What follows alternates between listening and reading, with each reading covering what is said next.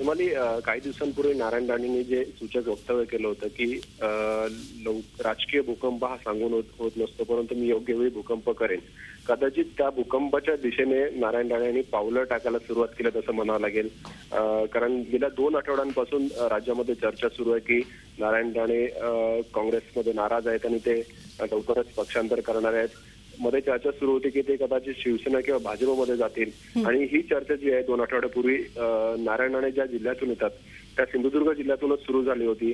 नंतर राज्यभर या नारायण राणे यांच्या राजकीय भूकंपाची चर्चा सुरू झाली. राणे पक्षांतर करणार अशी चर्चा सुरू झाली होती. नारायण राणे काँग्रेसमध्ये नाराज आहेत हे स्पष्ट आहे आणि तशी थेट वक्तव्य सुद्धा त्यांनी केलेले आहेत. स्वतः झी मीडियाला दिलेल्या मुलाखतीत सुद्धा नारायण राणेंनी या संदर्भातील आपली नाराजी व्यक्त केली होती आणि याच मुलाखतीत त्यांनी आपण योग्य वेळी राजकीय भूकंप घडू असंही सांगितलं होतं. आणि ही नाराजी व्यक्त करताना त्यांनी काँग्रेसच्या नेत्यांवरती उघडपणे टीका केली होती. राज्यातल्या काँग्रेस नेत्यांवर, दिल्लीतील काँग्रेस नेत्यांवर ते काही बोलले नव्हते. थोडा संयम बाळगून आहेत नारायण राणे आणि त्याच वेळेला त्यांच्या जे चर्चा सुरू होत्या त्या भाजप नेत्यांची चर्चा सुरू होत्या आणि ही चर्चा कदाचित पुढे नेण्यासाठी ते आज दिल्लीत दाखल झालेत आणि दिल्लीत भाजपच्या ज्येष्ठ नेत्यांशी ते भेटीगाठी घेणार आहेत, त्यांच्याशी या संदर्भात चर्चा करणार आहेत.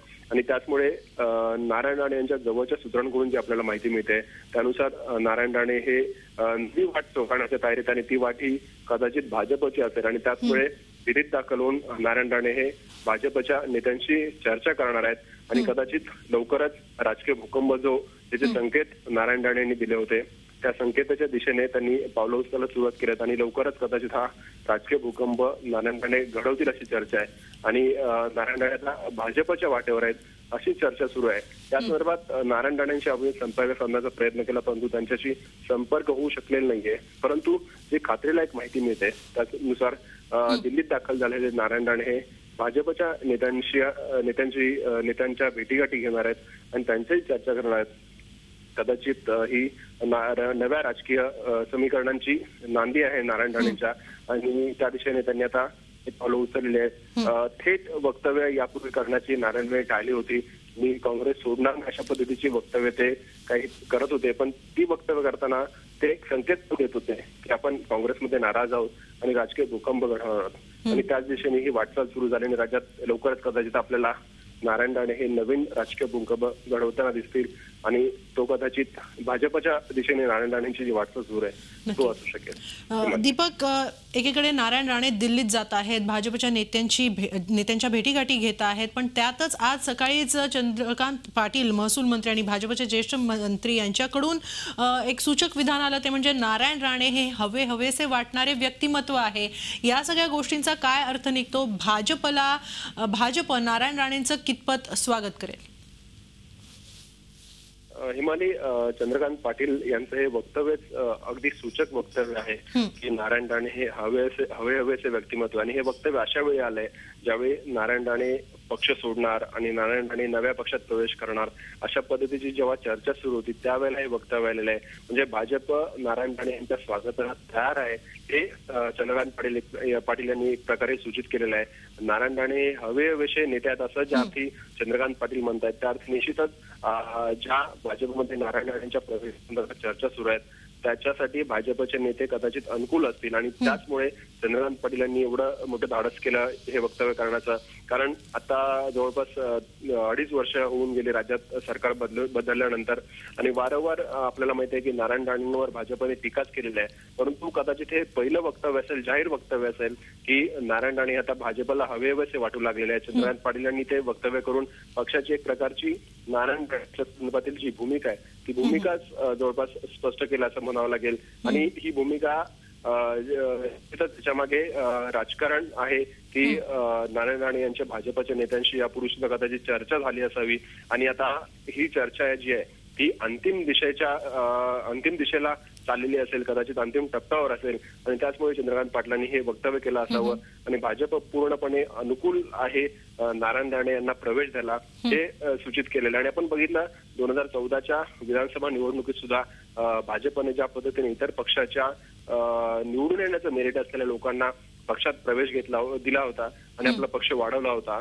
आपल्याला माहिती 122 ज्या जागा विधानसभेला भाजपच्या निवडून आल्या होत्या त्याच्यात बहुतांश जे उमेदवार आहेत बहुतेक बाहेरून इतर पक्षातून मध्ये राष्ट्रवादी काँग्रेस असेल किंवा काँग्रेस असेल या पक्षातील निवडून येणाऱ्या उमेदवारांना प्रवेश देऊन भाजपने आपला आकडा 122 पर्यंत नेला होता. आणि त्याच्यानंतर झालेल्या प्रत्येक निवडणुकीत निवडून येण्याचं मेरिट लक्षात घेऊन भाजपने वेगवेगळ्या पक्षातील नेत्यांना प्रवेश दिलेला आहे. आणि आता जेव्हा पक्ष अडचणीत आहे, कारण शिवसेनेने विरोधाची भूमिका घेतलेली आहे आणि त्यावेळेला कधीही मध्यावधी निवडणुका लागू शकतील अशी शक्यता आहे. 2 दिवसापूर्वी मीडियाने या संदर्भात जे वृत्त दिलं होतं की कदाचित गुजरातच्या विधानसभा निवडणुकीबरोबर राज्यात मध्यावधी निवडणुका घेण्याची भाजपची तयारी सुरू आहे. आणि त्या तयारीच्या दृष्टीने त्यांना स्वबळावर पक्ष पुन्हा महाराष्ट्रात निवडून येण्यासाठी तयारी करायची आणि त्याच्यासाठी नारायण राणे यांच्या सारख्या तगड्या नेत्यांची निश्चितच गरज लागेल. आणि भाजपने कुठल्याही पक्षातील नेत्याला कधी प्रवेश देण्यासाठी नाही म्हटलेलं नाहीये. त्यामुळे नारायण राणे यांना प्रवेश देण्यासाठी सुद्धा भाजप कदाचित मागे पुढे पाहणार नाही आणि चंद्रकांत पाटलांचे हे वक्तव्य त्याच ह्याचं लागेल. नक्की. पण सध्या भाजप आणि शिवसेनेचे ताणलेले संबंध पाहता जर नारायण राणे यांचा भाजप प्रवेश झाला तर यावर शिवसेनेकडून काय प्रतिक्रिया येऊ शकते? यामुळे आणखीन हे भाजप आणि शिवसेनेमधले संबंध अधिक ताणले जाऊ शकतात का? किंबहुना नारायण राणेंचा उपयोग भाजप हा शिवसेनेविरुद्ध करेल का? काय वाटतं? निश्चित राज्यातील आता राजकीय आपण वातावरण बघितलं तर शिवसेना आणि भाजप हे एकमेकांचे तगडे शत्रू म्हणून समोर येताना दिसतात. दोन्ही पक्ष तरी सत्तेत एकत्र असले तरी दोन्ही पक्षांचा सत्तेत सहभागी झाल्यापासूनच पटत नाहीये. अनेक विषयांवरून या दोन्ही पक्षांमध्ये खटके उडलेले आपण पाहायला मिळालेत. आणि प्रत्येक निवडणूक हे दोन्ही पक्ष आहेत जे एकमेकांच्या विरोधात लढवताना दिसत आहेत. आणि काँग्रेस राष्ट्रवादी काँग्रेस हे राज्यातले विरोधी पक्ष आहेत. या दोन विरोधी पक्ष पूर्णपणे बाजूला पडतात आणि प्रमुख लढत जी असते ती शिवसेना भाजपमध्ये असते. आपण 2014ची विधानसभा बघितली, त्याच्यानंतर झालेल्या नगरपालिका निवडणुका बघितल्या, मुंबई महापालिकेसह 10 महापालिका जिल्हा परिषदांची निवडणूक बघितली. या सगळ्या निवडणुकांमध्ये प्रमुख लढत झाली ती शिवसेना आणि भाजपमध्ये. काँग्रेस राष्ट्रवादी काँग्रेस पूर्णपणे बाजूला झालं. त्यामुळे ही लढत लक्षात घेता शिवसेना टक्कर देण्यासाठी भाजपला सुद्धा त्या ताकदीचा नेता असणं गरजेचं. आणि नारायण राणेंनी शिवसेना सोडल्यानंतर ज्या पद्धतीने शिवसेनेची टक्कर दिलेली आहे, अनेकदा राणेंनी खुले आव्हान शिवसेनेला दिलेलं आहे. अनेक घरी टीका अनेक भाषणांमध्ये नारायण राणेंनी शिवसेनेवर केलेली आहे. आणि शिवसेनेला शह देण्यासाठी नारायण राणेंसारखा एक नेता जर आला तर निश्चितच शिवसेनेला बरोबर घेण्याची गरज भाजपला पडणार नाही. आणि आता आपल्याला माहिती आहे की एवढे संबंध ताणले गेलेले असतानाही शेवटचा समेट घडवण्याचा जो भाजपचा प्रयत्न त्याच्यासाठी भाजपचे नेते मातोश्रीवर जाणार आहेत. ही जी वारंवार बॅकफूटवर येऊन शिवसेनेची समजूत काढण्याचा भाजपला करावा लागतोय सत्ता टिकवण्यासाठी, ती कटकट जी आहे ती कटकट कायमची भाजपला मिटवायची आहे.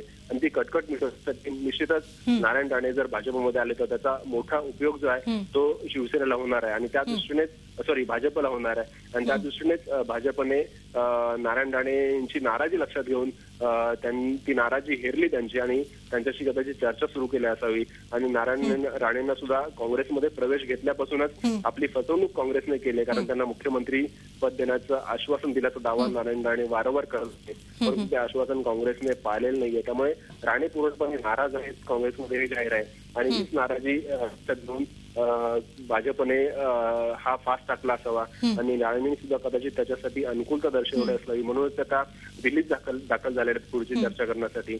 आणि या चर्चेतून शिवसेनेला शह देण्यासाठी नवा जो भिडू आहे तो भाजपला नारायण राणे यांच्या रूपाने मिळू शकतो आणि त्याचा फायदा निश्चितच भाजपला होईल, कारण राणे बरोबर आले तर शिवसेनेला भाजप आणखीन टक्कर देऊ शकतो.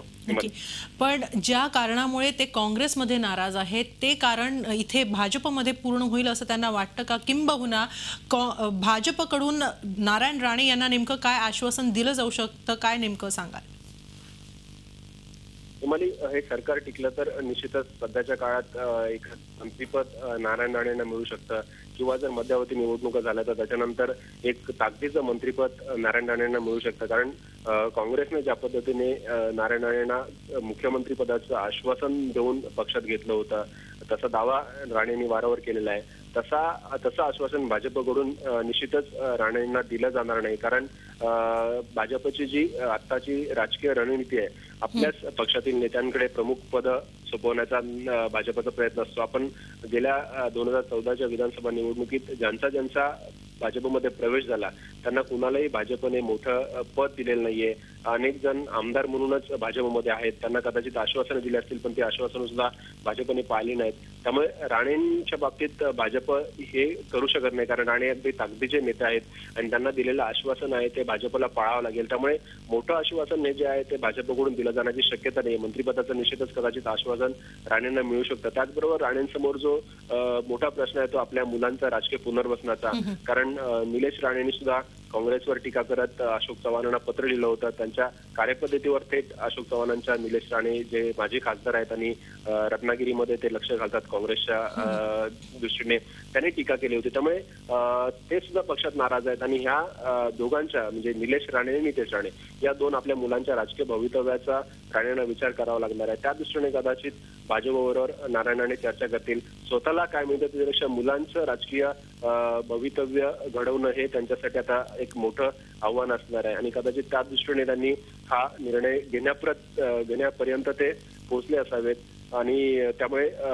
निश्चितच राणेंना भाजपकडून काय मिळतं हे बघणं महत्वाचं आहे आणि राणे निश्चितच काही अटी टाकतील प्रवेश करताना, कारण काँग्रेसमध्ये जी झालेली फसवणूक आहे ताकाने जर तोंड पोवलं तर निश्चितच आपण गरम दूध सुद्धा फुंकून पितो, तीच अवस्था राणेंची असेल. त्यामुळे भाजप बरोबर वाटाघाटी करताना ते अगदी सांभाळून वाटाघाटी करतील, एक एक पाऊल विचारपूर्वक टाकतील अशी शक्यता आहे.